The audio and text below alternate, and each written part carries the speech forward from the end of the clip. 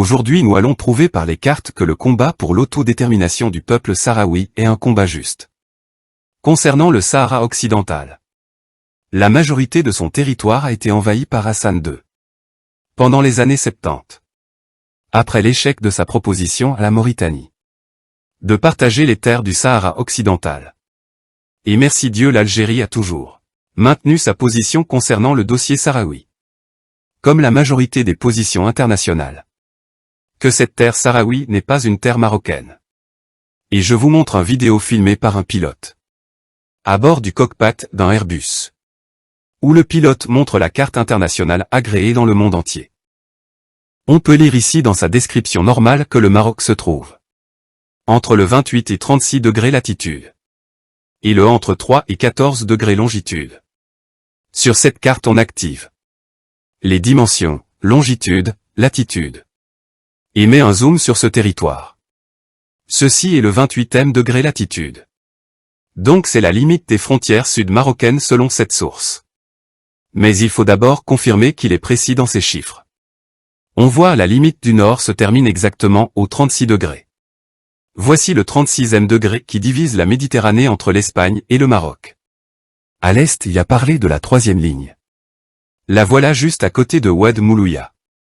Nous on cherche la limite sud. Et le premier signe qu'on trouve c'est que la limite sud du Maroc se trouve ici. Et maintenant il est temps de montrer la limite actuelle entre le Maroc et le Sahara occidental. Et on découvre que même historiquement la limite du Maroc n'arrive même pas au Sahara occidental. Car les frontières entre le Maroc et le Sahara occidental ont été identifiées et notifiées par les Nations Unies par latitude 27,67. Et au passage, ce n'est pas le seul livre qui désigne les frontières marocaines au sud à 28e ligne d'attitude. Mais tu trouveras cela dans la majorité des anciens livres historiques sous différentes langues. Mais aujourd'hui on va pas lire des livres, mais on va ouvrir des anciennes cartes. Notre manière de dessiner les frontières va se faire à travers une comparaison entre de anciennes cartes et les cartes actuelles.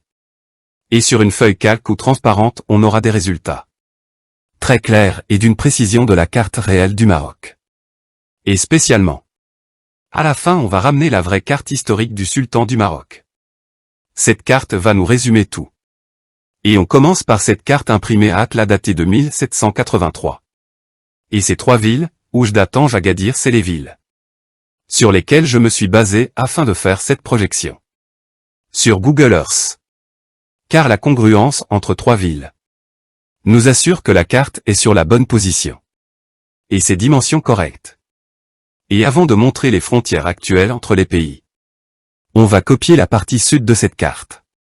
Maintenant on va cacher la photo et on va voir les frontières du Maroc.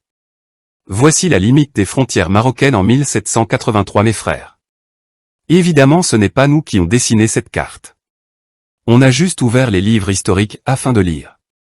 Et ce n'est pas une division coloniale. Car c'est en 1783 il n'y avait aucune colonisation à cette date-ci. Ni français ni espagnol dans la région. Donc c'était juste entre nous. Et comme toujours dans cette période d'avant colonisation, on refait l'opération avec cette ancienne carte britannique, imprimée en 1800. Et si on cache la photo on retrouve la carte de Maroc en 1800. Avec cette forme. Voici. Donc les sultans marocains n'ont pas seulement exagéré en disant que le Sahara occidental c'est leur terre. Même le sud du Maroc à cette époque ne leur appartiennent pas à cette époque. Bref. On va faire la même chose avec la carte de 1805.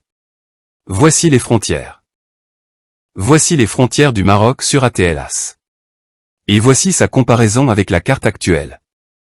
Pour moi l'image devient plus claire que la superficie originale et réelle qui a mis la majorité des géographes d'accord. Ne dépassez pas Agadir. Voici la carte de 1814. Nous donne cette limite sud. Et qui reste loin du Sahara occidental. Et celle-là c'est une carte britannique qui date de 1872. Et voici la frontière sud-marocaine sur cette carte. Et à la fin cette carte royale. Car elle porte le nom du sultan Hassan Chérif. On l'a directement projeté à la carte actuelle. Oujda correspond à Oujda actuellement. Tanger correspond à Tanger actuellement. Agadir correspond aussi à Agadir actuellement. Sur les bords des frontières on retrouve les patries algériennes. Au sud on retrouve les terres friches nommées le désert. Alors laissons le territoire algérien à sa patrie. Et laissons aussi le Sahara à sa patrie aussi. Et en dessinons la carte de l'État marocain de cette carte. On va constater que le Sahara occidental reste clairement très loin. Et maintenant on va faire un affichage de toutes les frontières qu'on a vues. De différentes cartes. Et de différentes sources et langues. Et on va faire un zoom sur le sud. Remarquez bien mes frères, tous les géographes et tous les nomades. Qui ont dessiné les cartes. Ce sont tous d'accord que le Maroc se termine ici. Entre Tizni et Tantan. Et évidemment pour cacher tout cela. Et ne pas permettre à la vérité de faire surface. Ils font promotion de cette photo. Qui laisse comprendre que l'empire marocain. C'est l'empire qui possède la moitié de l'Afrique. Entre-temps on a tout constaté que le Maroc, dans son amplitude maximale n'a jamais atteint ses frontières actuelles. Avec le Sahara occidental. Et la vérité à dire c'est que c'est la Sahara occidentale. Qui doit demander les villes du Nord Sahara. Jusqu'au 34e parallèle. Les frontières marocaines ne sont jamais fixes ni stables. Les frontières marocaines peuvent rétrécir. Parfois le Maroc arrivait jusqu'à Tlemcen et se retirait après. Comme c'est connu le Maroc a colonisé plusieurs pays. Et aussi le Sahara occidental. Le résumé mon ami c'est que c'est les conseillers qui dictent ou des extraterrestres. Si tu veux faire une expansion je te conseille. Ramenez des bulldozers et faites des remblaiements. Afin de créer de nouvelles îles dans l'océan comme Qatar l'a fait. À la fin j'espère que ce travail de recherche a apporté un ajout à vos informations.